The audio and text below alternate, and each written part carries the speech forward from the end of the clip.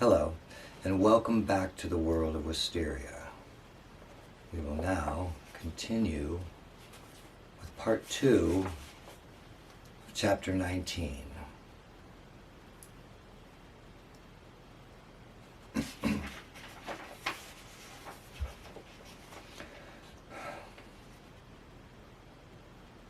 A sullen silence hung in the air, which Will was the first to break.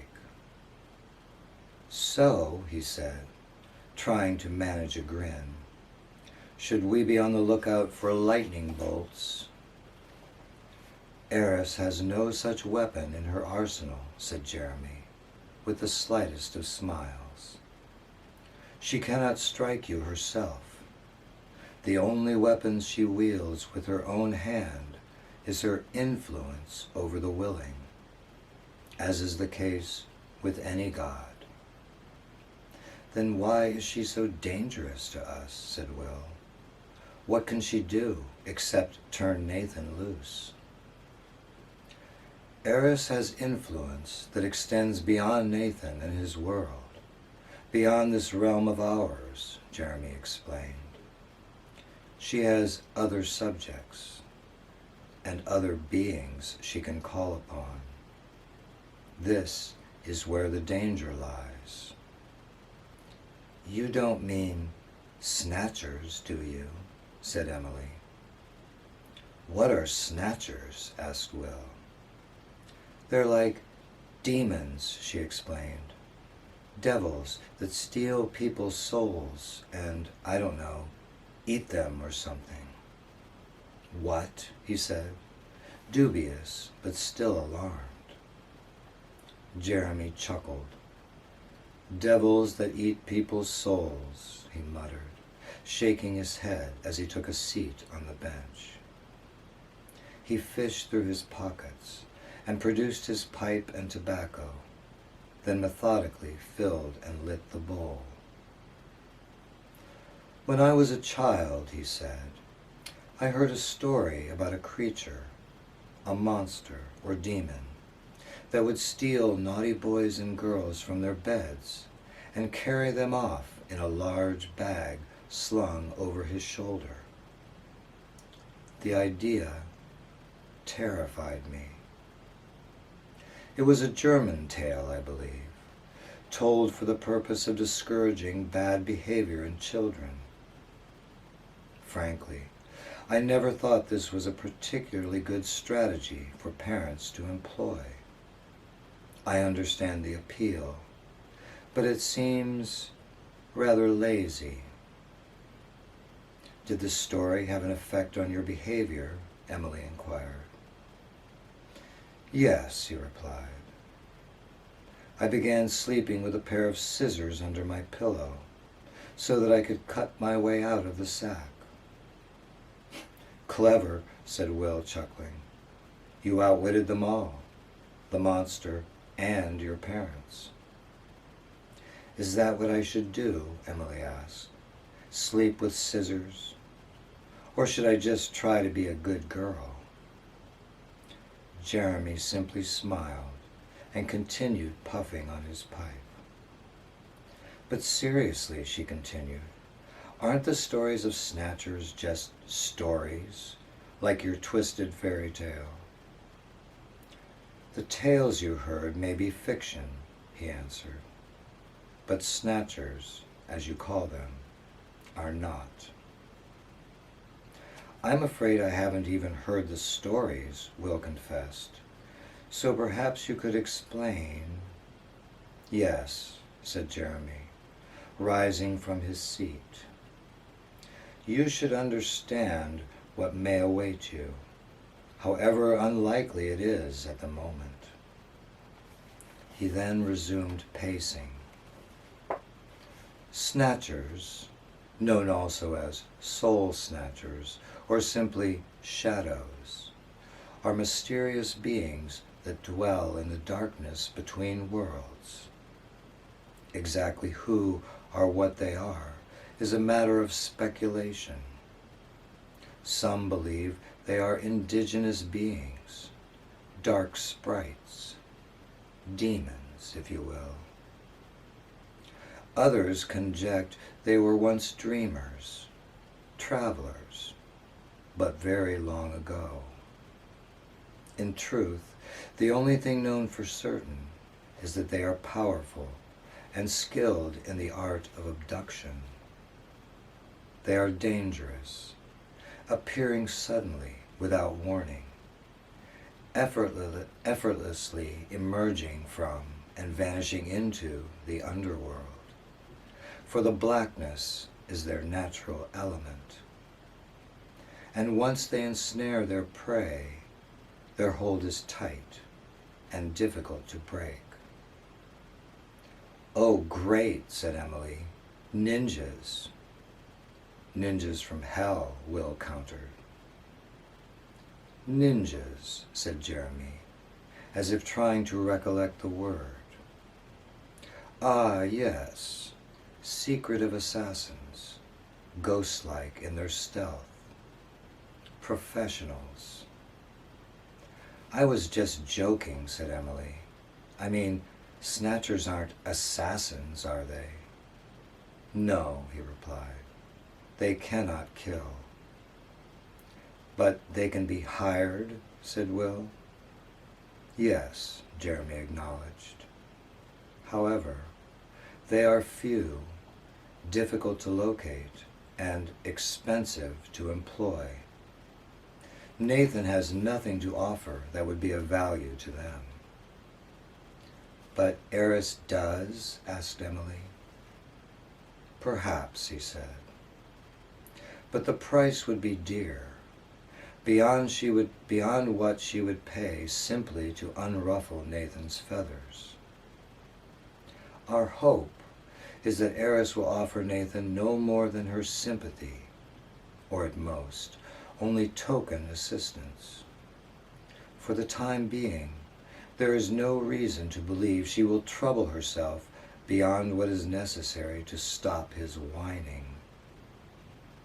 If she feels personally insulted or threatened, however, she could be drawn into this fight.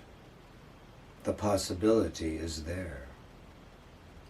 Eris could be pushed into action by pride or fear. And there are other forces, equally powerful, that could pull her. Remember her nature. She will be drawn to that which nourishes her essence. "Discord," Will uttered. "Yes, Will," he said. "The slightest scent may whet her appetite, attracting her, like flies to a deliquescing corpse. This is, perhaps, the most important thing you must be mindful of as you move forward." Jeremy took the pipe from his mouth and tapped the side of the bowl with his palm, checking to see if any life remained. Apparently it was spent, for he emptied its contents, striking it several times against his heel. Then, after scattering the ashes and bits of charred tobacco with the sole of his shoe, he placed the pipe back inside his jacket. "As I said," he resumed, "I believe you can defend yourselves against any attack that comes from Nathan. My real concern is that a conflict with him, regardless of the cause or result, may invite Eris into your lives. For strife easily escalates. It feeds upon itself, growing ever stronger as it both nourishes and devours. Like a pebble thrown into a placid pond, Nathan's actions and state of mind may stir things up, causing a ripple that propagates outward, a vibration with a particular frequency and wavelength, a signal. If not interfered with, it will gradually lose strength as it spreads through time and space, until it becomes negligible. But if this wave crosses paths and combines with another, it can be amplified or cancelled. Do you understand? He asked. I think so, said Will. But if there is an attack, we have to protect ourselves. Of course, Jeremy granted.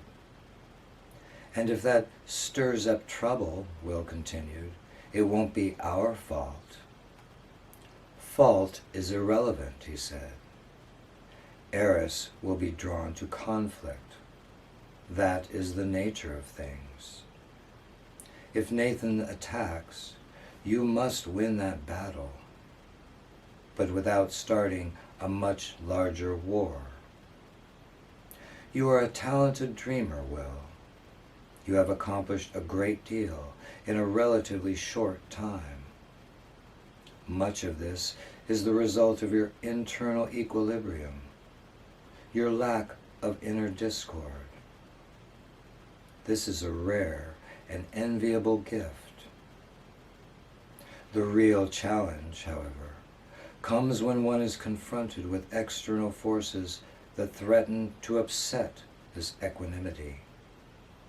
Most often, the best response is to disregard them, to deny them entry. But in this case, that may not be an option. I cannot tell you what to do, he went on, anticipating Will's next question. I simply want you to understand the situation in which you now find yourselves. But you must have some advice, said Emily.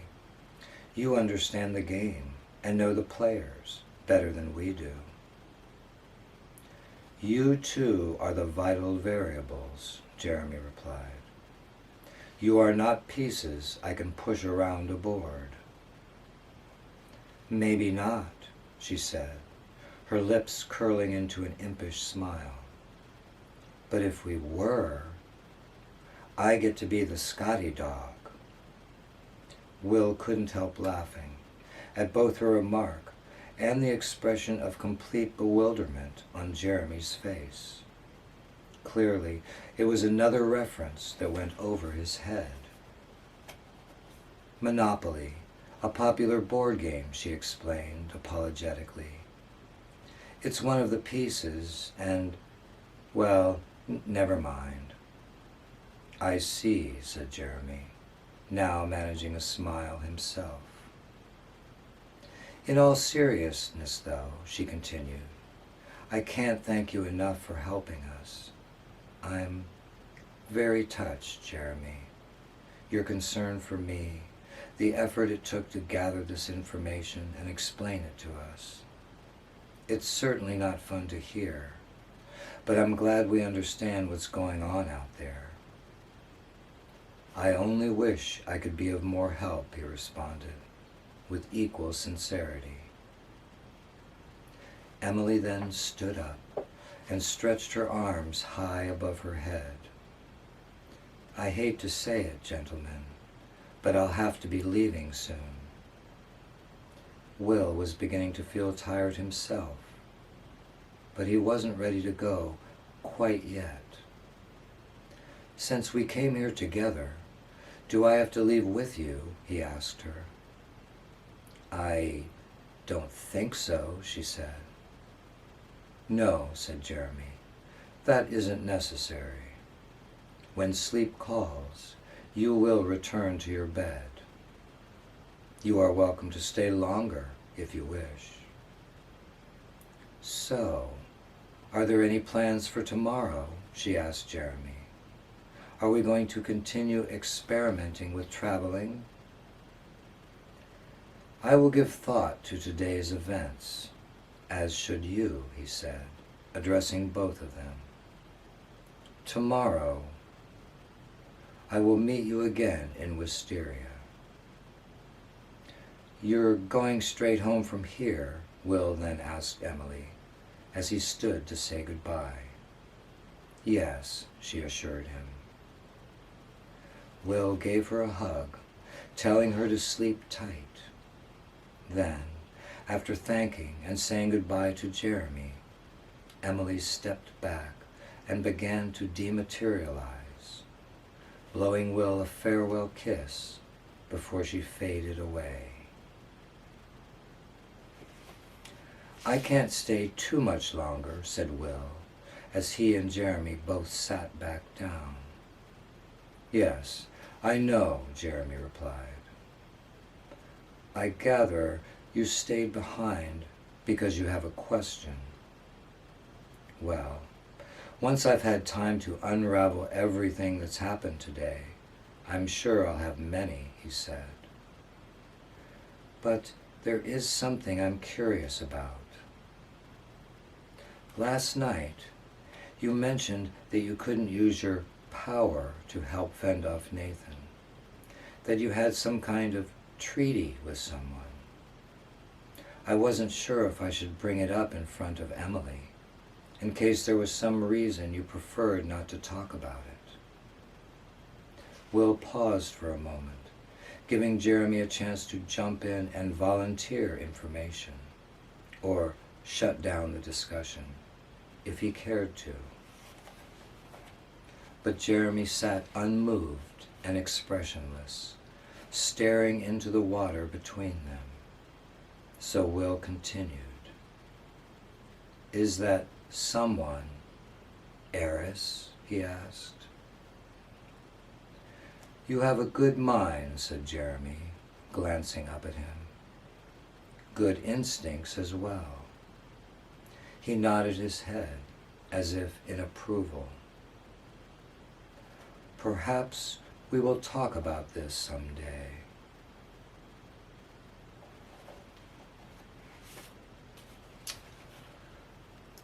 And that concludes chapter 19.